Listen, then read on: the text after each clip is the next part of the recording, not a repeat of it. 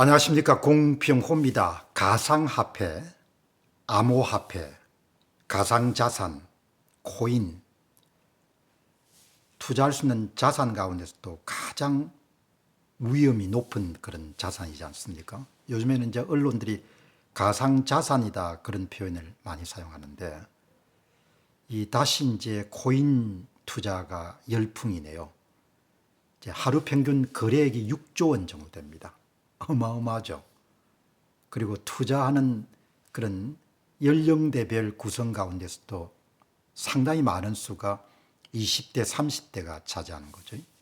6조 원 정도. 그러니까 시가총액도 이제 가상화폐가 좀 들썩거리니까 2022년도에 19조 4천억, 2023년도에 43조 6천억, 2024년도에 55조 3천억. 어마어마하게 큰 거죠. 이제 가상화폐는 실체가 없지 않습니까? 희소성이라는 것이 아주 유일한 무기인데 실체가 없으니까 이제 자칫 잘못하면 원금 전부를 다 잃어버릴 수가 있는 거죠. 가상화폐에 대한 우호적인 그런 트럼프 후보가 대선 당선 가능성이 높아지면서 이제 트럼프 트레이드 일환으로 가상화폐에 대한 투자가 많이 증가하는 것도 아마 지금 국내 가상화폐 시장에서 이런 거래가 늘어나는 것, 그리고 시가총액이 늘어난 중요한 요인이지 않겠냐 그렇게 생각합니다. 그러나 원금을 완전히 잃어버릴 수가 있는 굉장히 그 위험한 자산이기 때문에 특히 이제 20대, 30대가 거래에 많이 참여하기 때문에 이제 20대, 30대의 자산 형성에 가상화폐가 큰 역할을 할 수가 있는 거죠. 그러니까 지금 이제 60대는 대개 거래를 보면은 6%, 50대는 18%, 40대는 28%, 30대가 29%, 20대 통계는 나오지 않았는데 거의 50% 정도가 2030 세대가 이제 투자를 하는 거다. 이렇게 보시면 좋겠네요. 예, 정말 가상화폐 열풍이다 이렇게 부를 정도로 이제 6조 원인데 그 6조 원이 상대적으로 얼마나 증가했는가 하니까 2023년도 하반기에 3조 6천억이었거든요. 그러니까 그 사이에 67% 정도 그런 거래액이 늘어난 겁니다. 예. 그리고 시가총액도 지난 하반기에 43조에서 55조까지 늘어났기 때문에 열기가 굉장히 뜨겁다 이렇게 볼 수가 있는 거죠. 가장 위험이 이제 높고 이제 공병호 TV를 통해서 뭐 여러 번 말씀드렸지만 이제 이 가상화폐 시장에 일단 발을 들여 놓은 사람들은 한번 기회를 잡으면 수익률이 뭐 2배, 3배, 100%, 200%, 300% 이렇게 되기 때문에 주식시장에 있는 실물에 기반을 둔 자산하고는 비교할 수 없는 수익이기 때문에 한번 일단 가상화폐에 재미를 들인 사람들은 다시 다른 투자를 들여다볼 수 있는 그런 여지를 갖기가 힘든 거죠. 그런데 거듭 이야기하지만 굉장히 위험한 투자지 않습니까? 그런데 그 위험한 투자에 2030 세대가 한 50% 이상 정도를 차지하니까 이제 그 위험한 투자가 성공하게 되면은 그야말로 대박을 칠 수가 있는데 그렇지 않으면 이제 쪽박인 거죠. 예, 그리고 이제 2030들이 대부분 모은 자산의 대부분을 이제 날려버릴 수도 있는 그런 위험이 있는 거죠.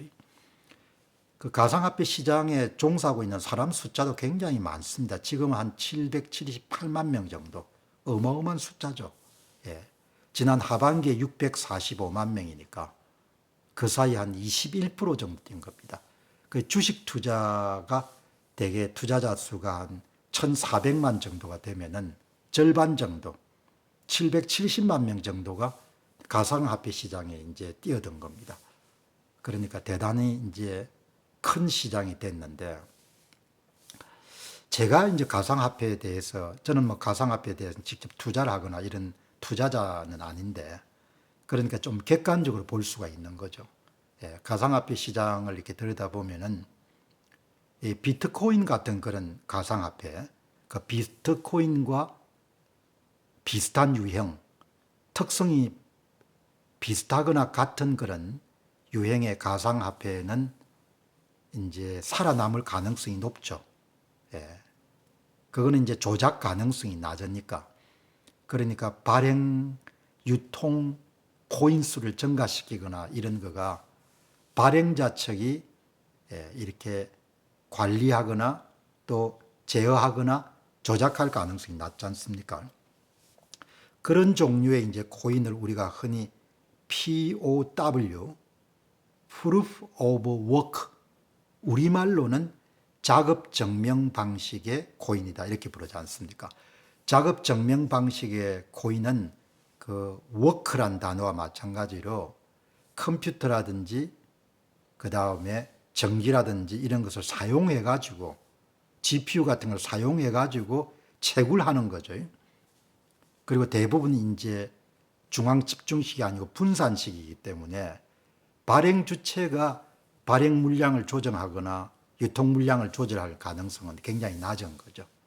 그런데 이제 그게 되게 반감기가 존재하기 때문에 희소성이라는 것이 있는 거죠. 그중 가장 대표적인 경우가 이제 비트코인이지 않습니까? 초기에 비트코인에 투자했던 사람은 뭐 엄청난 부자가 된 거죠. 그 비트코인은 살아남을 수밖에 없는 거죠. 그런데 이제 POW 방식의 그런 코인은 자원이 투입돼야 되고 에너지가 투입돼야 되고 시간이 투입돼야 되는 거죠. 예. 그 자기 손으로 직접 채굴해서 권리를 얻는 겁니다. 뭐 지금은 이제 그렇게 얻어진 권리가 거래하는 시장이 생성됐으니까 옛날하고 좀 다르지만, 그러나 제가 대단히 위험하게 보는 실체가 전혀 없는 그런 종류의 가상화폐가 POS, POS, Proof of Stake, 지분 증명 방식의 코인. 지분 증명 방식의 코인은 발행사가 있는 거죠. 발행 주체가. 발행사와 발행 주체가 있기 때문에 그 발행 주체가 발행 물량이라든지 그런 걸 다 조정할 수 있는 거잖아요. 자기 이익에 따라 가지고. 예.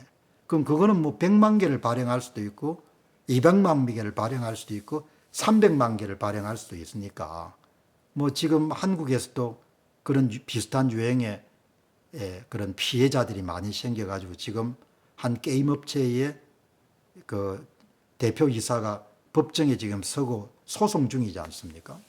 그리고 이제 그것이 바로 이 미국의 정권거래위원회가 관할할 것인지 상품거래위원회가 관할할 것인지를 두고 논쟁이 지금 치열하게 진행 중인 그 정권성 논쟁이지 않습니까?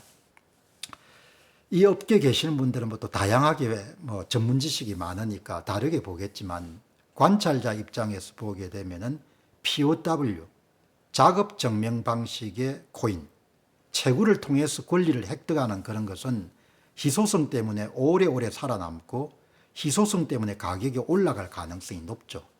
근데 POS, 지분 증명 방식의 코인은 발행 물량을 얼마든지 조정할 수 있고 또 특정 초기 멤버들의 이익에 따라서 많은 것이 좌우가 될 수 있기 때문에 과연 이 코인이 무슨 뭐 자산에 기반을 둔 것도 아니고, 정권이라는 건 기본적으로 회사의 성과와 회사의 여러분들 자산에 기반을 두고 정권 주식이라는 게 만들어지지 않습니까?